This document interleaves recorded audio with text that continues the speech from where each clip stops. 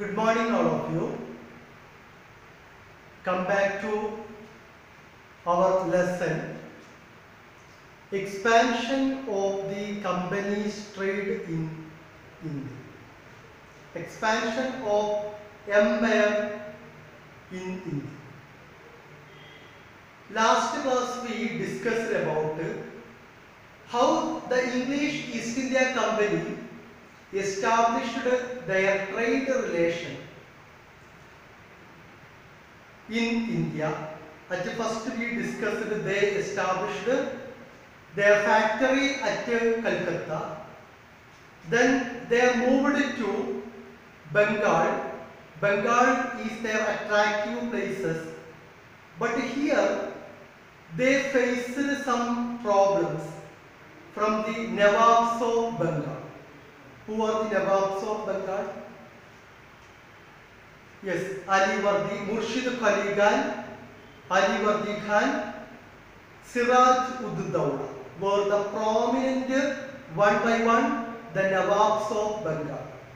From them, East India Company got some challenges, some problems. Now East India Company moved to Bengal. They put forward a lot of demands, such as they want to get tribute from them. They want right to get to mint the coins or constructions of the fort. But one by one, almost all the Bengal Nawabs denied their demands. During the period of the Siraj Dawla, East India Company faced a great problem. Siraj Dawla was very strict, so East India companies didn't get any favorable concession from them. But Siraj Dawla moved along with his army to the Qasim Bazaar, and he captured the trading centers of East India Company, disarmed the army and locked them, thus moved to the Battle of Plassey. But after the Battle of Buxar, and these things we discussed in the last class. Okay. After the Battle of Buxar, East India Company established their full control in India. So, Battle of Buxar, 1764 Battle of Buxar നടക്കുന്നത് ബംഗാളിലെ നവാബായിരുന്ന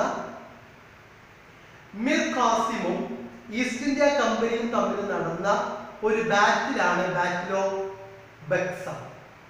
ഈ battle of ബക്സാറിൽ ബംഗാൾ നവാബിനെ east India company defeat ചെയ്യുകയും ബംഗാൾ പൂർണ്ണമായും east India company പിടിച്ചെടുക്കുകയും ചെയ്തു. So that we call the Battle of Buxar. That is the last topic we discussed in the last class. But in this class we are going to discuss after the Battle of Buxar, East India Company got some more rights to interfere the king's Indian rulers' administration. After the Battle of Buxar, East India Company got the full power to interfere the internal affairs of the country.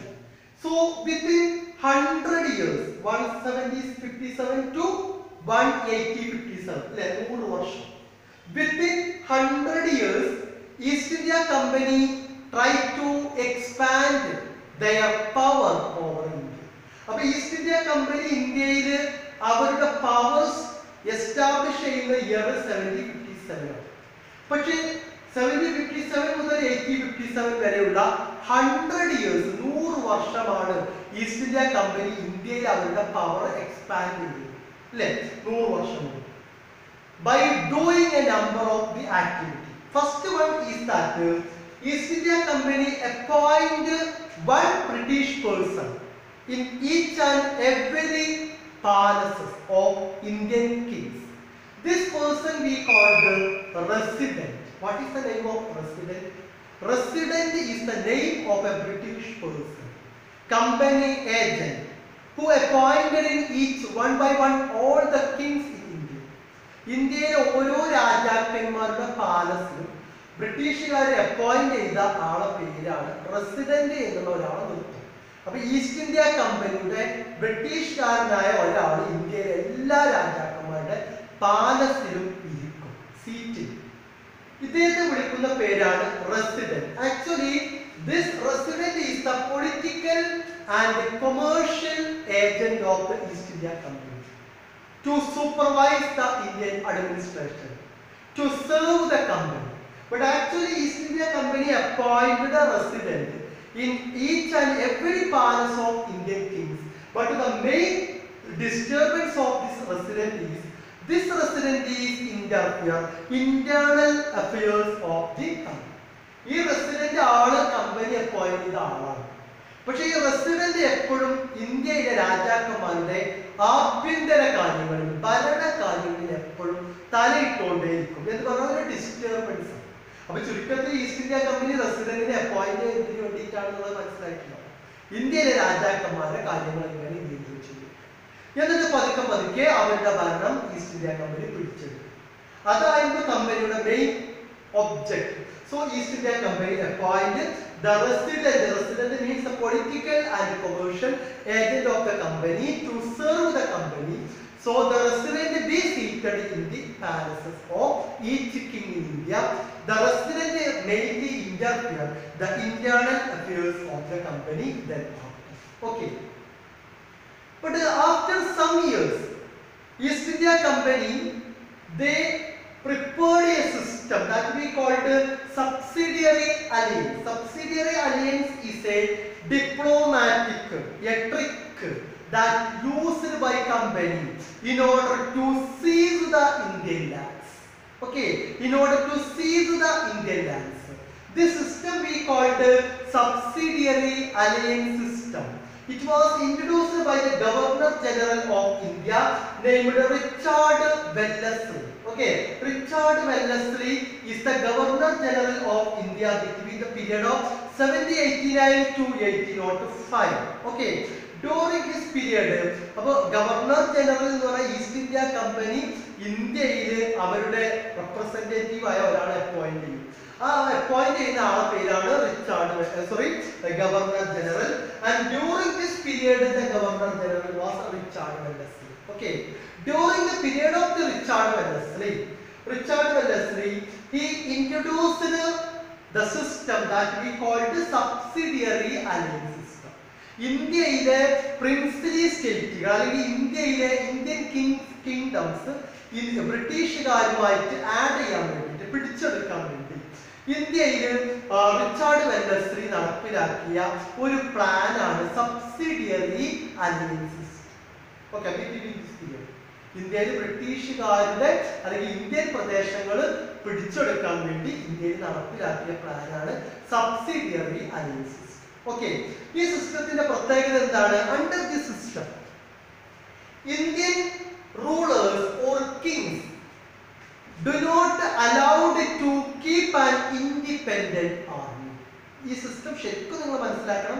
ബ്രിട്ടീഷുകാർ സൂത്രത്തിലൂടെ Indian പ്രദേശങ്ങൾ പിടിച്ചെടുക്കാൻ വേണ്ടി നടപ്പിലാക്കിയ പദ്ധതിയാണ് subsidiary alliance system. ഈ പ്ലാനിലൂടെ ഈ Richard Wellesley വലിയൊരു നിയമം പ്രഖ്യാപിക്കണം രാജ്യത്ത്. കാരണം ഇപ്പൊ അവർക്ക് പവറൊക്കെ ഉണ്ടായി. കാരണം റെസിഡന്റിനൊക്കെ കൊണ്ടുപോയി ഇരുത്തി പവർ ബ്രിട്ടീഷുകാർക്ക് ബ്രിട്ടീഷ് ഗവർണർ ജനറലിന്റെ കയ്യിലാണ് പവർ. ഇന്ത്യൻ സ്റ്റേറ്റ്സ് അത് ഒബേ ചെയ്യാന്നല്ലാതെ പ്രത്യേകിച്ച് അവർക്ക് യാതൊരു പവറില്ല. അപ്പോ Richard Wellesley declared that Indian rulers do not have the power to keep an independent army. Indian rulers ഇനിമേലാൽ ഒരു സൈന്യത്തെ കൊണ്ട് നടക്കാൻ പാടില്ല. ഇന്ത്യൻ രാജാക്കന്മാർ ഒരിക്കലും ഒരു പട്ടാളക്കാരെ കൊണ്ട് നടക്കരുത്. ഇന്ത്യൻ രാജാക്കന്മാർ ഇന്ത്യയിലെ റൂളേഴ്സ് ഒരിക്കലും ഇന്ത്യൻ ആർമിയെ മെയിൻറ്റെയിൻ ചെയ്യും. Instead, they will protect by the company's army. പകരമായിട്ട് അവർക്ക് ആരാ പ്രൊട്ടക്ഷൻ കൊടുക്കുക? കമ്പനിയുടെ ആർമി പ്രൊട്ടക്ഷൻ കൊടുക്കും. ഓക്കെ, ആൻഡ് ഇൻ റിട്ടേൺ പകരമായിട്ട് each and every king must pay the subsidiary forces to the company. That means subsidiary force means some cost, some amount to the company. And in order for the maintaining the armies or maintaining the military of the company, that we call the subsidiary alliance system. If any king failed to pay the subsidiary allowances and their kingdom may go in the hands of the company. That is a trick. എന്താണ് ഇതിൽ സംഭവിച്ചത്? Subsidiary alliance system ഇന്ത്യയിലെ രാജാക്കന്മാരുടെ ഭൂപ്രദേശങ്ങൾ പിടിച്ചെടുക്കാൻ വേണ്ടി ബ്രിട്ടീഷുകാർ നടപ്പിലാക്കിയ ഒരു സൂത്രവിദ്യയാണ് സബ്സിഡിയറി അലയൻസ് സിസ്റ്റം. ഈ സിസ്റ്റത്തിൽ എന്താണ് സംഭവിക്കുന്നത്? റിച്ചാർഡ് വെല്ലസ്ലി പറഞ്ഞ Indian rulers do not keep a limit. ഇന്ത്യയിലെ രാജാക്കന്മാർ ഇനി മേലാൽ സൈന്യത്തെ കൊണ്ടു നടക്കരുത്. Instead they will be protected by the company. പകരമായിട്ട് കമ്പനി എന്ത് ചെയ്യും? അവരെ പ്രൊട്ടക്ട് ചെയ്തോളും.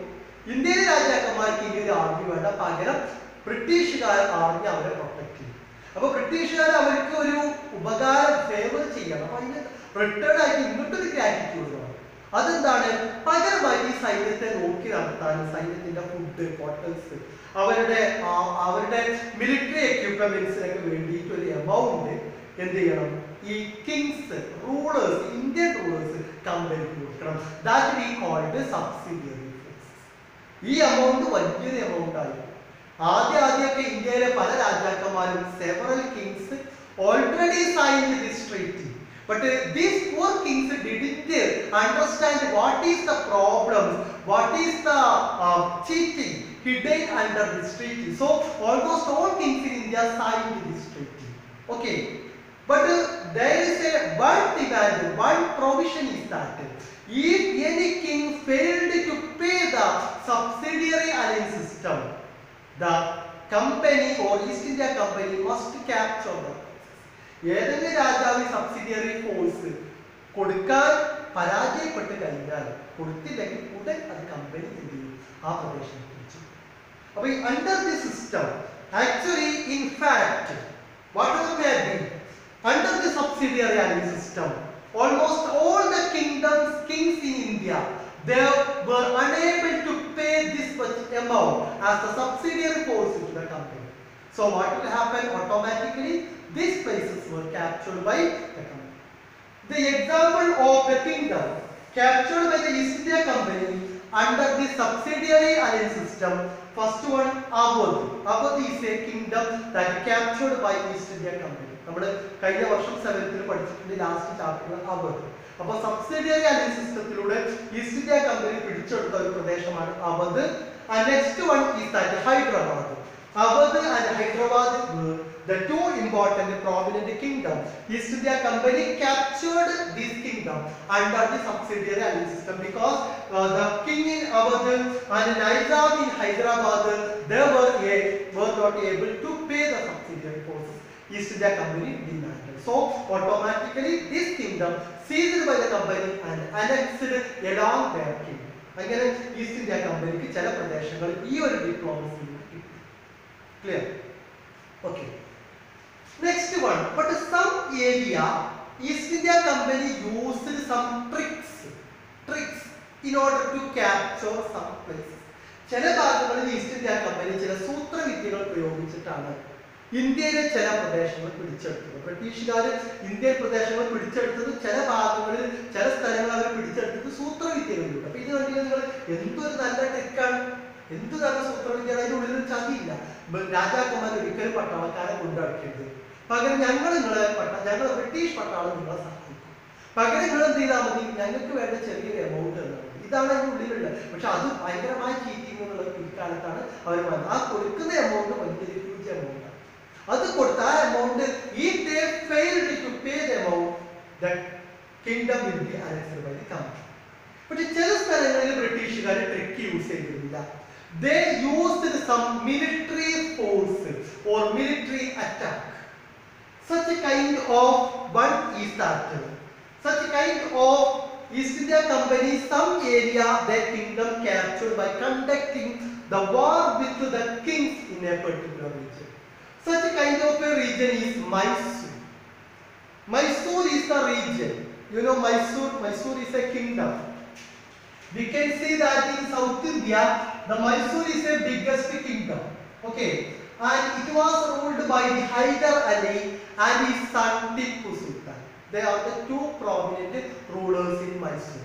But in the beginning, the English East India Company want to get the Malabar. Malabar was the main important center of pepper, cardamom, cinnamon, such kinds of the spices. Okay, Malabar is the center of the spices. East India Company want to capture the Malabar, but Malabar was in the custody of the Tipu Sultan and Hyder Ali or the Mysore rulers. Mysore rulers were disallowed the local merchants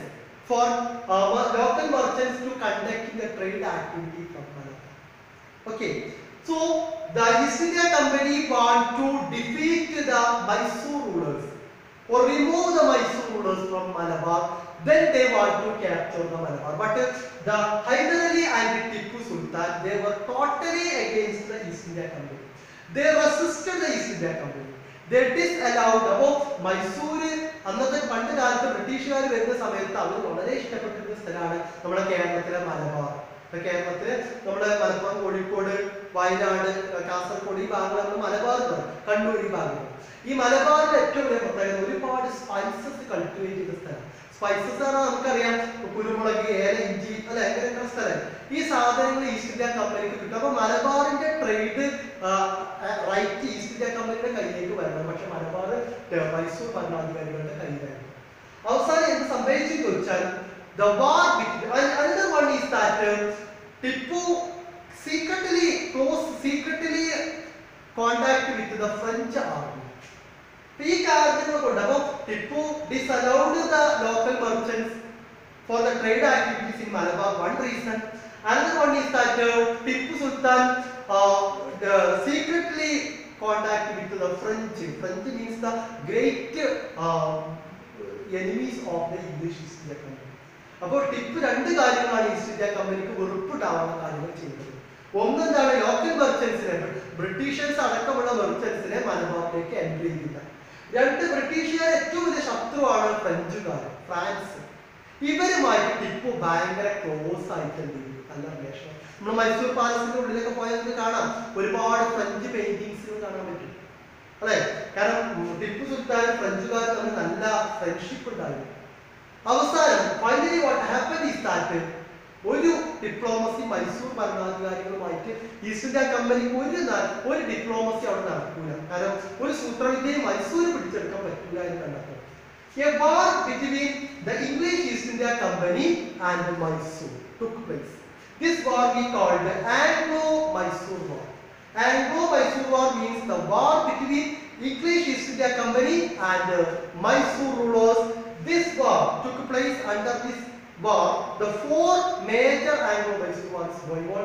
In the fourth major Anglo-Mysore war, what happened is that Tipu Sultan was defeated by East India Company at the Srirangapatnam. Srirangapatnam is the capital of Mysore, and in where the Tipu was defeated. Fourth Anglo-Mysore യുദ്ധത്തിൽ Tipu East India Company പരാജയപ്പെടുത്തുകയും and Mysore captured by East India Company and hand over to the traditionally Mysore ruled by Wadiyar rule. Wadiyar kings. Mysore പണ്ട് നമ്മളെ മൈസൂർ സിറ്റിയിൽ പോയി കാണുമ്പോൾ ആ ഇലുമിന ആയിട്ടുള്ള പിന്നെ പാലസാണ് വാഡയാർ palace. വാഡയാർ രാജാക്കന്മാർ മൈസൂരിൽ തിരിച്ചു കൊടുക്കുകയാണ് ചെയ്തത്. Now the East India Company got the Mysore and Malabar also under their control.